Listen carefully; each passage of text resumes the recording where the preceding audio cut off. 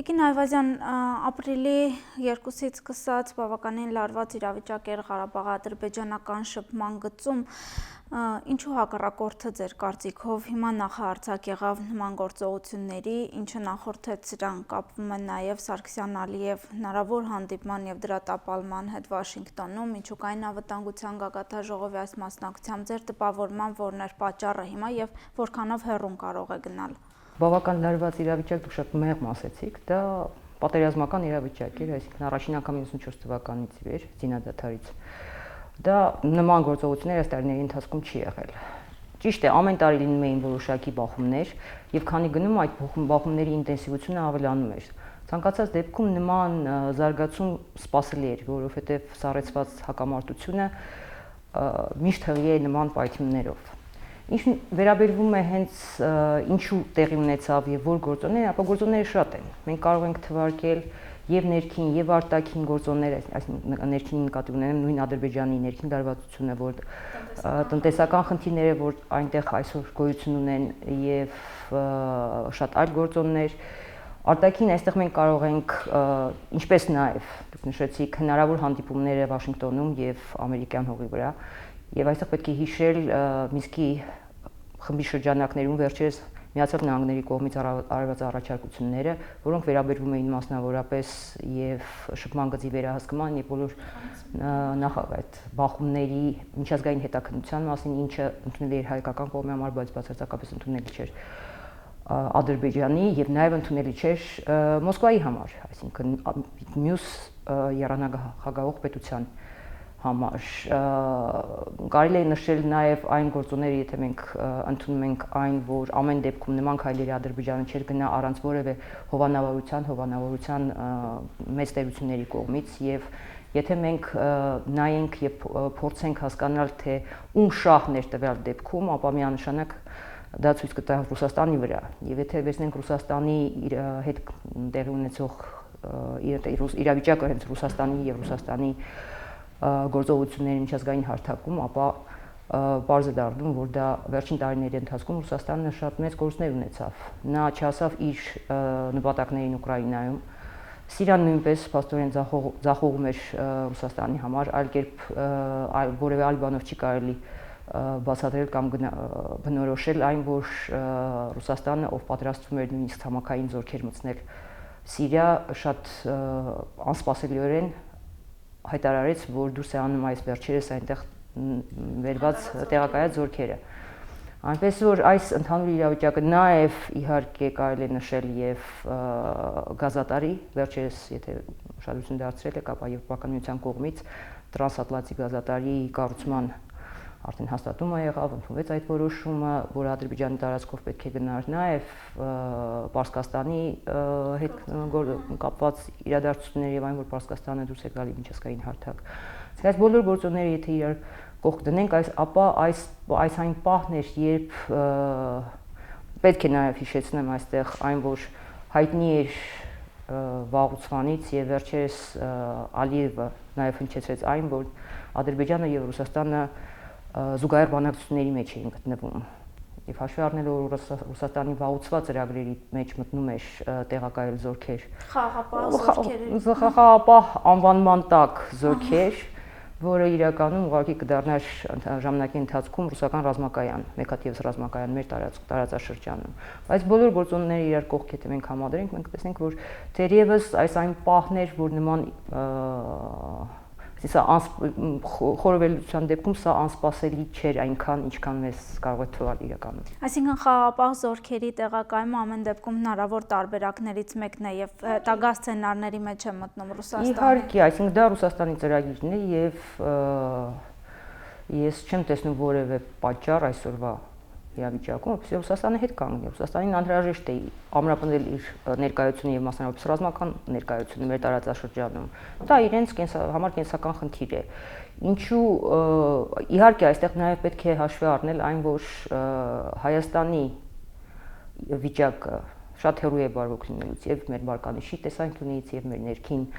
սոցիալ-տնտեսական իրավիճակը, այսինքն շատ հաճախ մարդիկ երբ խոսում են անվտանգության մասին, իրենք ի նկատի ունեն միայն ռազմական գործոնը, բայց անվտանգությունը ապահովում է մի շարք գործոններով, դա եւ ներքին ժողովրդավարական կամ այլ պետական ինստիտուտների կայունությունն է, կայացվածությունն է, դա տնտեսական իրավիճակն է։ Եթե մենք այդ ամենը դիտարկենք Հայաստանի դեպքում, ապա մենք բացարձակ վատ իրավիճակում ենք գտնվում։ Եվ Հայաստանի վարկանիշը, ով դարձավ վերջին տարիների ընթացքում բացարձակ կցորդ Ռուսաստանի, նույնպես բացարձակ մեզ չի օգնում դիմակայելու որոշ մարտահրավերների։ Մենք խոսեցինք նաև ում ձեռնտու կլիներ սա Ռուսաստանի հնարավոր այդ գործոնների մասին, նաև Հայաստանի արտաքին քաղաքական բաց թողումները կամ ձախողումները գուցե ինչքանով հանգեցրեցին այսօր այս իրավիճակին։ Եթե խոսենք նաև սկսած այն ժամանակահատվածից, երբ Ղարաբաղը ընդհանրապես դուրս մնաց բանակցային գործընթացից որպես կողմ։ Դա իհարկե դա ուղղակի շատ երկար խոսակցություն է, որպեսզի եւ բոլոր այդ գործոնները իհարկե իրենց տեղը ունեն այս ամենինչում։ Հայաստանի արտաքին քաղաքականությունը կամ դրա բացակայությունը այսօր որոշ դեպքերում հանդիսեց նրան, որ Հայաստանը թուլացավ ոչ միայն որպես պետություն, այլ թուլացան նաև Հայաստանի դիրքերը բանակցային այդ սեղանի շուրջ։ Իսկ ինչ վերաբերվում է Ղարաբաղի, այսպես ասած, դուրս մնալը, դա ամենամեծ սխալներից էր ընդհանրապես Հայաստանի, որը ճակատագրական ինչ-որ հարցերում ես կասեի։ Միևնույն ժամանակ, ինչ նկատեցի ես ամենայնիվս այս մի քանի օրվա ընթացքում եւ ինչը իմ կարծիքով դրական է, չգիտեմ ինչով է դա պայմանավորված, բայց այն, որ խոսելու հակամարտության մասին լուսաբանումը երբ գնում էր միջազգային, շատ հաճախ եւ հենց Լեռնային Ղարաբաղի պաշտոնական ներկայացուցիչներն էին ելույթ ունենում, ինչը ինձ համար դրական է եւ սա միգուցե նաեւ այն պահն է, որ հնարավորություն կտա վերադարձնել ինչ որ չափով, ամենայն դեպս աշխատել Ղարաբաղը բանակցային սեղանին վերադարձնելու ուղղությամբ։ Նաև ճանաչելու ուղղության համար ճանաչելը իհարկե, ճանաչելը շատ նախ եւ առաջ մենք պետք է հասնենք նրան, որպեսզի Լեռնային Ղարաբաղը լինի բանակցային կողմ, ոչ թե Հայաստանը, որովհետեւ Հայաստանը երբ որ դարձավ կողմ, փոխվեց ոչ միայն խաղացողները, փոխվեց խնդրիեությունը։ Այսինքն մենք շատերի աչքում դարձանք պահանջատեր, այլ ոչ թե ինքնորոշման իրավունքը պաշտպանող ժողովրդի պաշտպան դեպքում։ Դուք խոսեցիք նաև միջազգային մամուլի արձագանքից, լուսաբանումից, ընդհանրապես միջազգային հանրության մասին, եթե խոսենք եւ թե կազմակերպությունների, թե երկրների արձագանքը այս ամենին, Պուտինը 2 անգամ հայտարարությամբ հանդես եկավ հավասարության նշան դնելով կողմերի մեջ, եւ ընդհանրապես իրավիճակը ինչ է ցույց տալիս, որ Հայաստանը փաստորեն չունի ոչ մի բարեկամ եւ գործընկեր պետություն, նույնիսկ լինելով ռազմավարական եւ տնտեսական դաշինքներով, նաեւ Ռուսաստանի հետ, ինչը չի կարելի խոսել Ադրբեջանի մասին, հստակ աջակցություն ունի Թուրքիայից։ Ըստ այդ մեր անելիքները, վերափոխումները արտաքին քաղաքականության մեջ պետք է վերանայվեն։ Բացարձակ որևէ զարմանալի բան չկա Ռուսաստանի, ասենք տվյալ դեպքում պահվածքի մեջ կամ մեր մնացած նույն ԱՊՀ շրջանակներում, Բելարուսի հայտարարություններ վերջերս, որը նմանաձև նույն ոգու մեջ է, այսպես ասած։ Եվ դա նույնպես դա նորություն չի, տարիներ շարունակ, եթե ոչ տասնամյակների, հարյուրամյակների Ռուսաստանը Հայաստանին ապացուցել է, որ բացարձակ գործընկեր չէ։ Եվ մենք ամեն անգամ նորից հույսը դնում ենք Ռուսաստանի վրա եւ շատ զարմանում, երբ որ մեր հույսերը տապալվում են։ Այդ տեսանկյունից բացարձակ է, որևէ զարմանալի բան չեմ տեսնում, առավել որ Ռուսաստանը ինքը շատ հաճախ հայտարարել է եւ հնչեցրել է այն, որ իրենց համար կարեւոր է հենց Ադրբեջանը։ Հայաստանը նրանց համար գոյություն չունի որպես պետություն, որպես ինչ-որ միավոր, ում հետ որա պետք է ուշադրություն դարձնել։ Եվ դա մեր մեղքն է նախ եւ առաջ, որտեղ մեզ մոտ կա սովորություն բոլոր մեր հոգսերը, մեր խնդիրները բարթել երրորդ կողմի վրա եւ հետո շատ զարմանալ, թե ինչի երրորդ կողմը առաջնորդվում են ոչ թե մեր հետաքրքրություններով, այլ սեփական, ինչի նորմալ։ Եվ այո, այս օրերի ընթացքում մենք տեսանք, որ ասենք եվրոպական մամուլը կամ միջազգային մամուլը որ շատ զուսպ էր, որովհետեւ ով է մեր, եթե մեր դաշնակիցը մեզ այդպես է պահում, ինչի պետք է այլ պետություններ այլ կերպ վարվեն։ Եվ ինձ համար միշտ զարմանալի է այն, թե ինչ եռանդով հաճախ հնչեցում է այն միտքը, որ պետք է եվրոպացիներին կամ ամերիկացիներին կամ ընդհանրապես արևմուտքին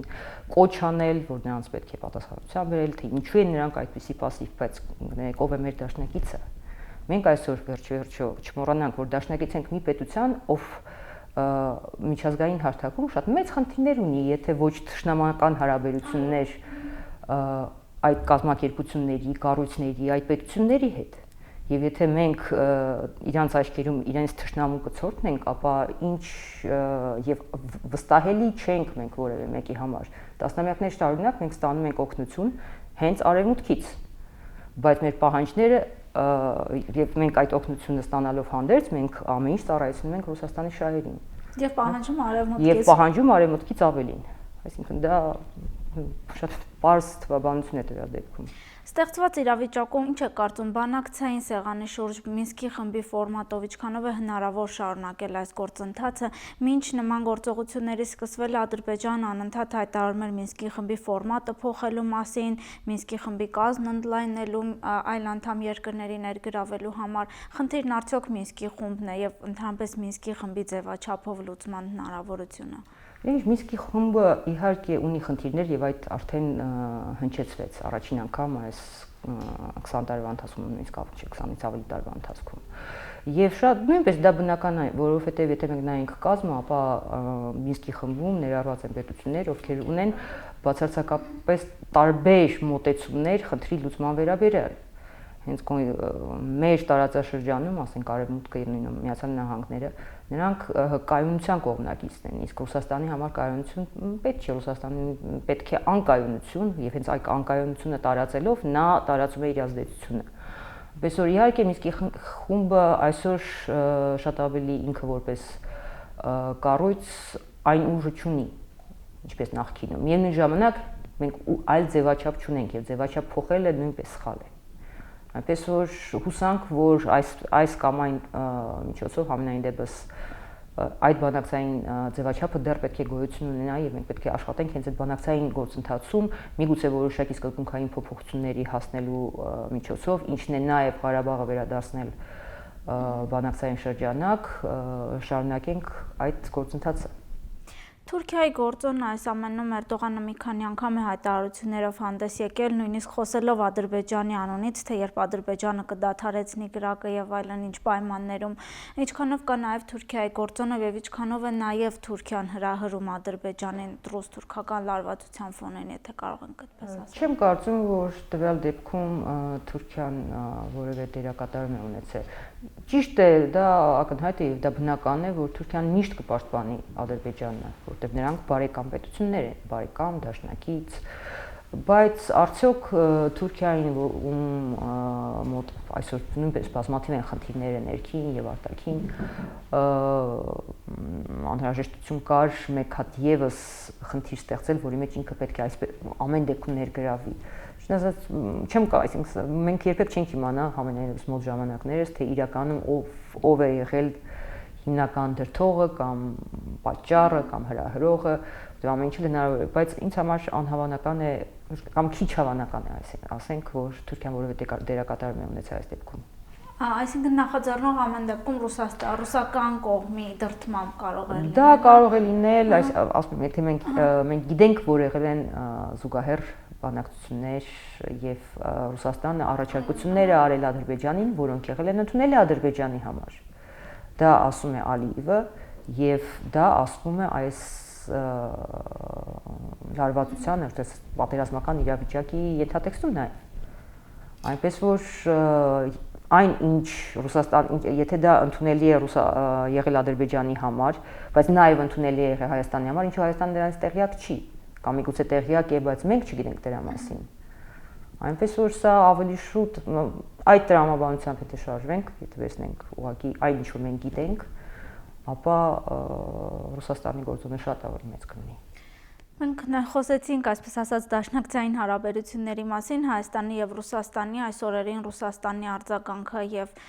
նաեւ մենք հապկից որևէ օգնություն չենք ստանում, նրանք մշտապես հայտարարում են, որ պատասխանատվություն ունեն միայն Հայաստանի մասով եւ որ անմիջապես Հայաստանի նկատմամբ չկա ագրեսիա, չպետք է միջամտեն եւ այլն, եւ ըստ այդմ մեր այդ ռազմավարական դաշնակցությունը վերանայելու առումով շատ է խոսվում Հայաստան-ՆԱՏՕ հնարավոր հարաբերությունների մասին։ Այս դեպքում մենք ՆԱՏՕ-ից որևէ բան պահանջելու կամ գուցե հայտարարությունների մակարդակով կարող ենք անել, երբ անդամ երկիրը իրեն այդպես է դրսևորում։ Շատ դժվար է որևէ բան ակնկալել ՆԱՏՕ-ից, այսինքն այն ինչ հաճախ հնչեցվում է ամենայն դեպս։ Դուք ինքներդ նշեցիք, որ երբ որ մեր ռազմավարական գործընկերը կամ դաշնակիցը անում է հակառակը, չնայած խախտելով միջազգային այդ կոչերը, շարունակաբար զենք է վաճառում հակամարտող կողմին, զենքը մի օր պետք է կրակի, եւ այսօր այդ զենքը կրակում է։ Հենց այն զենքն է օգտագործվում, որը վաճառվել էր, այո։ Եվ Ռուսաստան եւ այստեղ իհարկե նաեւ Հայաստանը իր մեղք ունի, որովհետեւ թերևս որևէ բողոք այդ առումով չհնչեցվեց, այսինքն չհնչեցվեց այնպես, ինչպես հարկն էր, չհնչեցվեց միջազգային հարթակներում, հենց նույն ՄԱԿ-ի կամ ԵԱՀԿ շրջանակներում։ Հակառակը նշում էին բիզնես գործարք է։ Շատ լավ բիզնես գործարք է, քաղաքականությունն էլ է բիզնես, վերջիվերջո։ Եվ այս առումով այժմ ակնկալել ինչ-որ բան ՆԱՏՕ-ից կամ այլ, մասնավորապես ՆԱՏՕ-ից, որը ռազմական այլ անվտանգության այլ կառույց է դեռ այլ կազմով, այլ սկզբունքներով, եւ մենք բացարձակ որ մենք համագործակցում ենք եւ ողջունելի է որ մենք դեռ համագործակցում ենք իրենց հետ, բայց այդ կազմակերպությունը որևէ պատասխանատվություն չի կրում։ Եթե ամփոփենք ձեր տպավորմամբ, որքանով երկարատև կարող են լինել այս գործողությունները, սկզբում նշվում էր մի քանի օր, գուցե մեկ շաբաթ ձեր կանխատեսումներով, ձեր ակնկալիքներով։ Հույսով եմ, որ մոտ ժամանակներս այս ամենը կհանդարտվի եւ շատ ցավում եմ եւ ցավակցում եմ բոլոր մեր զոհերին եւ նաեւ հույսով եմ, որ այս զոհերը կծառայեն Հայաստանի նպատակներին, այլ ոչ թե արդյունքում կդառնան երրորդ երկրի շահը սպասարկելու համար տրված զոհեր։